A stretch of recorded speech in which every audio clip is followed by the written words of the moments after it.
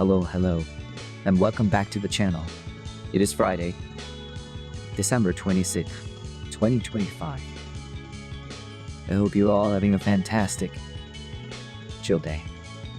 I'm your host, Nino-ani, and today, just like always, I'm talking to myself. But hopefully, you are listening too. I dug up something really interesting from the archives. It is a paper that tackles a problem we all face, but usually ignore until our voice assistant fails to understand us. It is about how computers understand the way we speak, specifically dialects. Let me give you the title of the call, just so we are all on the same page. Here goes. The title is Dialect Identification Using a Razor, but based in fine-tuning approaches. The call is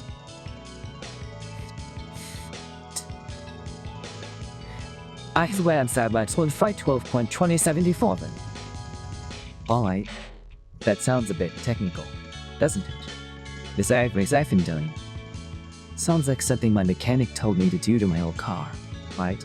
But actually, this is about teaching AI to have better ears, without needing a computer the size of a skyscraper. Here's the thing, we have these massive AI models now.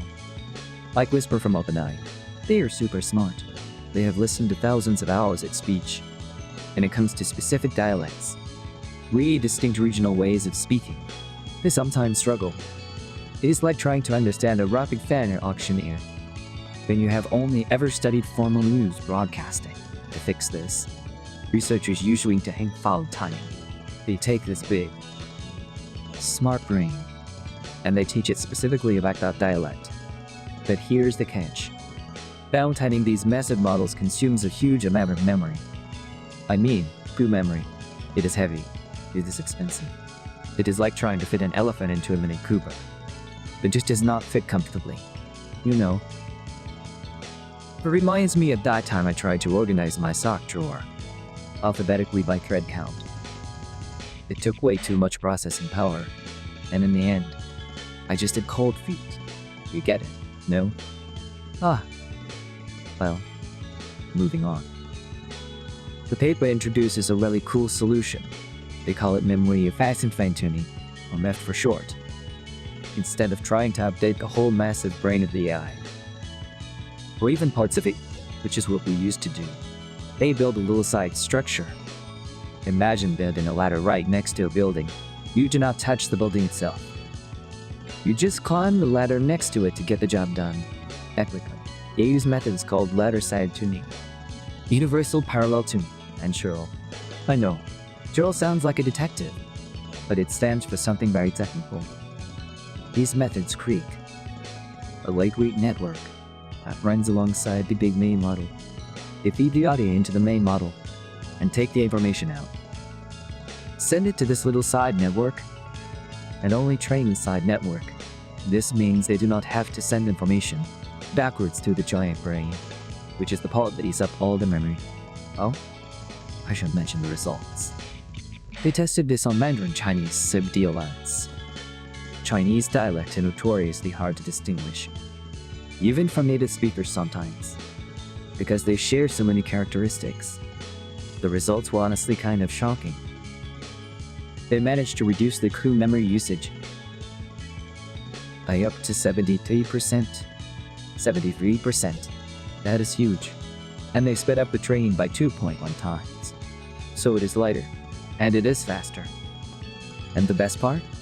The accuracy is basically the same as the expensive, heavy method. It is like getting a gourmet meal for the price of a vending machine snack, and it tastes just as good. Now you might be thinking, Nano-ani. That is great for scientists. But what does this mean for me? Why should I care about side tuning? Well, let me break it down with some examples of how this applies to our daily lives. This technology essentially makes high-quality AI accessible on smaller devices. Let's think about music. Imagine an app on your phone that can identify very specific genres of folk music from around the world, or maybe it helps producers analyze local singing styles to create new beats. Usually, Analyzing complex audio requires a cloud server, but with this memory-efficient method, you could train a model to recognize the difference between a specific type of blues from the Delta versus Chicago blues right there on a laptop or even a tablet. Musicians could have personalized AI tools that understand their specific playing style without needing a studio worth of gear. Second, think about voice technology in your home if you have a strong accent. If you use a specific dialect, smart speakers can be really frustrating. They just do not get it. Companies want to fix this. But deploying massive models for every single dialect is too expensive. With this technology, your smart home device could adapt to your grandmother's specific dialect quickly and cheaply. It means technology becomes more inclusive.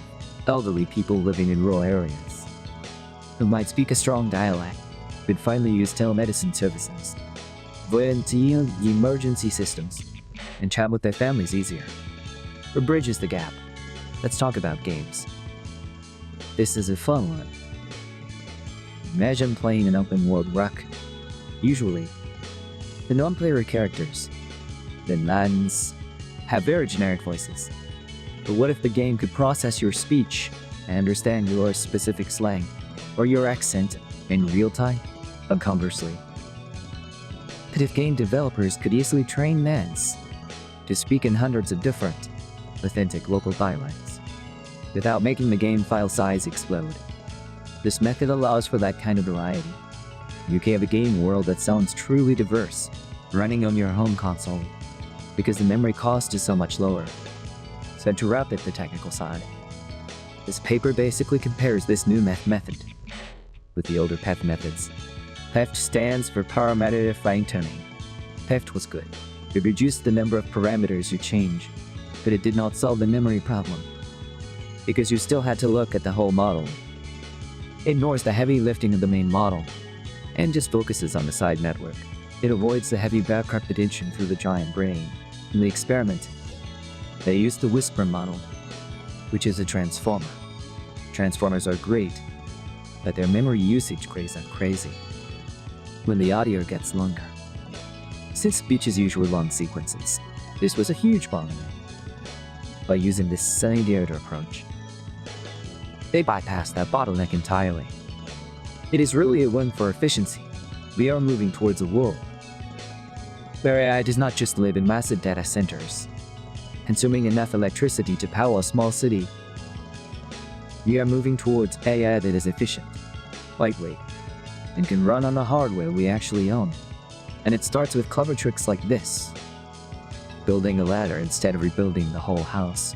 So next time your phone misunderstands your request, just remember, there are researchers out there building tiny ladders to help the AI climb up to your level of understanding. And I think that is pretty cool. Anyway, that is all for today's transcription. I hope you found it as fascinating as I did. Keep talking, keep listening, and I will catch you in the next one. This has been Nino-ani. See ya.